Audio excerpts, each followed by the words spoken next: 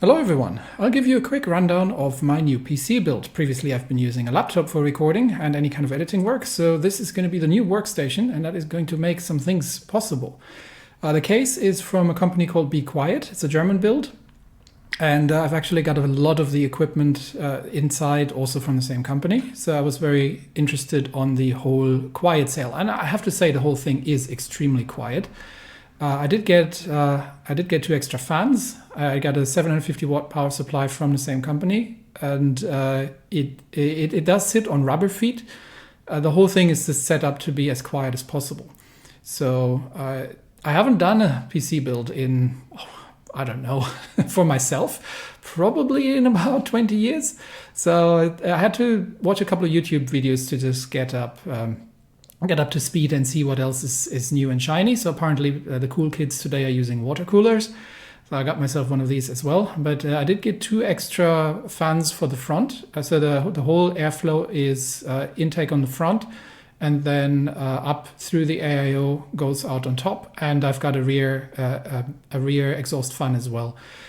The front, because of that sort of slight imbalance, the front fans are a little bit more overdimensioned. So I got two new ones.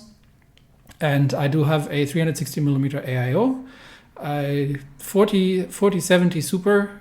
And this was all before the 50 series even came out. But even after it came out, I probably wouldn't have been buying it. So I'm actually quite happy. And yes, I do have a disk drive because I'm a Luddite.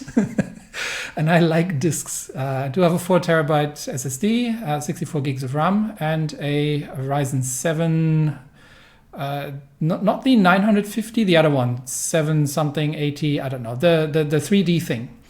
I've been looking for the Taichi boards for quite a bit. They were quite hard to get, and I was going to try out the Thermal Grizzly Cryo Sheet. This was a bit of a trial. I just wanted to see how this works and if it's any good. I've got a Keychron mechanical keyboard because I do like mechanical keyboards after having been sitting at laptops for so long. This was just like feel good for myself. So that's all the innards basically. And then came the slight effort of putting it all together. The case itself is absolutely massive. I do have an MSI 2K screen with the whole thing. I don't want to go 4K, but the case is absolutely honking massive. As you can see, they're standing under the desk. And that means a lot of air, a lot of space and a lot of airflow. I do like to use, once I touch electronics, I do like to use to be grounded. So I do have a wrist strap for that, taking off the glass panel and then just basically disassembling the whole thing. It's a comfortably massive case, and it really reminds me of when I used to do that last, like in the 90s. The front has two 3.5-inch bays, which I don't need because I'm not putting any hard drives in the front there. And there's a shroud for the whole lower section where the PSU is sitting. So first thing I'm going to do is stick the PSU in just so I can ground myself through the case. And then do the rest of the work. So sliding nut in there, and at the front base didn't have to go out for the PSU. That's for the disk drive. But getting the PSU in first now allows me to get the grounding pin into the wall. And this is Australia, so it might look a little different. And that means I am now grounded and I can start working on electronics. Lots of cables, but very nicely done. They're labeled actually, which is great. So you actually know what stuff is without having to look it up every single time. First SATA cable for the disk drive in front, and then you have to mount after taking out the 3.5-inch drive base, you have to mount the disk holder in front for the disk drive. So that sits there, and then disk drive goes in. This means I can only put 2 fans in the front instead of 3, but it's enough. That's why I've got the bigger fans, or the more powerful fans, to make that happen. And they still don't make a sound at all. The Taichi board, this is the 870, so the brand new one, and the board tray can actually be removed. So I'm taking that out, and that means I can actually mount the things on the board while putting it on the board tray. So first of all, it's an eATX, so it's a large board. And that means I have to change some of the mounting screws and make sure that they're actually in the correct positions. It comes with a couple of extra mounting screws and with a mounting screw extractor as well, which is again very convenient. And so yeah, the whole thing is pretty easy because you can take the whole bay out without having to get your hands deep into the innards of the case.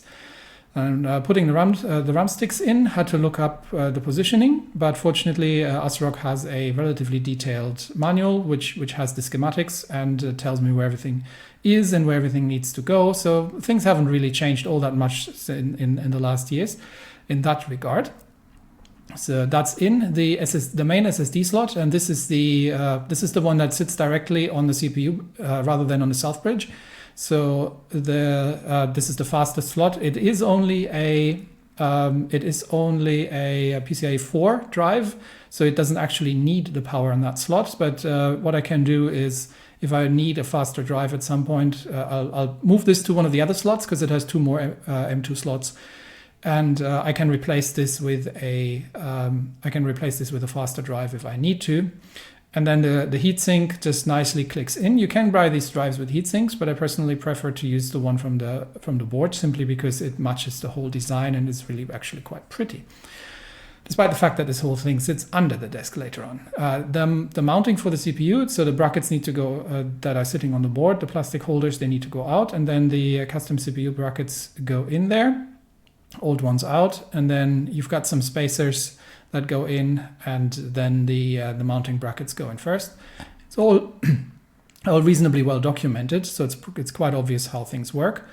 And the backplate, there's a backplate on the other side. That's why I'm doing this one by one, so the other set of screws can actually hold the backplate while I'm doing these things, and stuff doesn't fall out and fall somewhere down.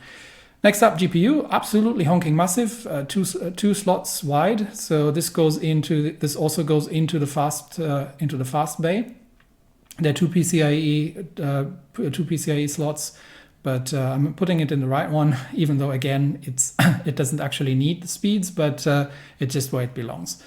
So that goes up, and the slot covers in the rear that actually are perforated for airflow can also be easily just dispatched by hand with all the thumb screws, which is quite nice.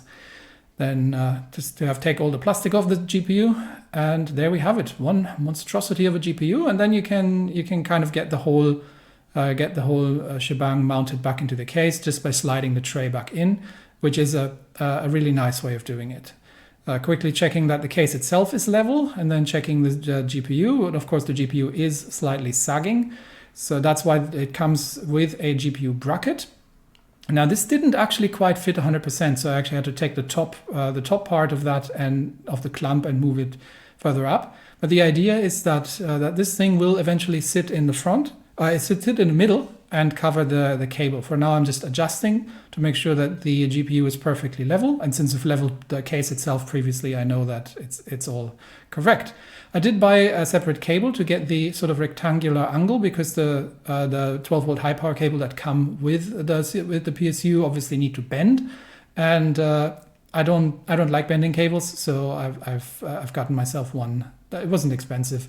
That had a 90-degree angle, and that goes in there. In the rear, it's a fish tank design, so you have all the cableage hidden in the rear, and then you can pull it either under, next to, or on top of the board to get everything plugged in, and then get the cable work sorted out. It is a large case, so you have to see that cables are long enough to get through things.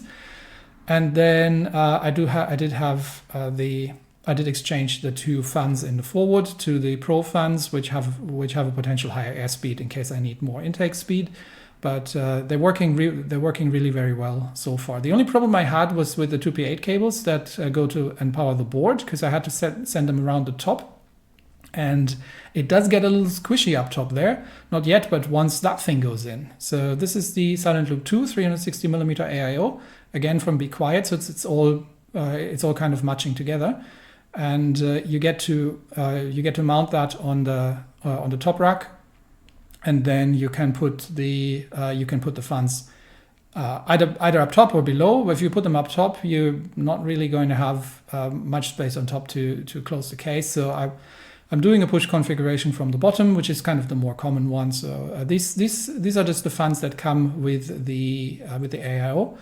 Interesting side factor. They're actually giving you a refill bottle for the liquid. So if at some point the liquid drops off, you can refill that. And then you can sink the whole thing in from the top. just to see that everything fits. And there you see the P8 cables are actually a bit in the way, so I had to kind of squish them a little and make sure that the fans are not touching them. But it works, and that was kind of probably the most squishy part. You get a nice backplate to close off the drive base. This whole section there on the case is actually for drives. So if you need to build a workstation with like 10 drives in it or something, that case supports it as well. It really is quite flexible. I had just wished for the documentation to be a little bit better, which for German was slightly disappointing. And then you've got the dust cover on top, which kind of nicely just clicks in there. And then you've got the dust cover on the bottom for any kind of intake. So I've got forward intake, and then it goes through the GPU. GPU blows up, and then the upwards, and then the AAO and the rear fan extractor. Okay, next up CPU. Obviously, I want to do that laying down. So I'm going to put the case sideways and then get the CPU in there. Take the cover off. This is an AM5, so you have to be a little careful with the pins. Then I got the cryo sheet on, and honestly, I gave up on the cryo sheet. I could not get the AAO mounted with the cryo sheet in. It would just always move. Even with the whole thing laying down. So in the end, after like an hour of frustration, I threw away the cryo sheet and used paste. So in my opinion, so far, cryo sheets for air coolers, fine. But for AIOs, it's an absolute pain in the ass, because you have to, if there's a bit of tension on the AIO and everything just moves just a little bit while you're putting it down, then the cryo sheet gets out of alignment, and it's an absolute pain. Yeah, and then after my first PC build in probably 20 years for myself, I did get to post. I did have memory and everything together. So once everything was confirmed, I got the glass panel onto the side, and eventually the case will move below the desk because it's blocking my view there of the nice outside. So it was just up top while I was still working on it. But that's the whole case. It's got a lot of connectors on the front. It's got the disk drive in the bottom. So if you open that little tray there, then I have a CD drive, which is perfect because I do buy my music on CDs. Yes, I know I'm weird, but that's how I like doing it. And there we have it, my new setup. This is where I'll be playing, recording, and editing going forward with starting with the next series. So Crusader Kings 3 wouldn't run on the laptop without the fans going absolutely berserk, unless I scaled the graphics down to minimum. So that was kind of the trigger where I said I need a new machine.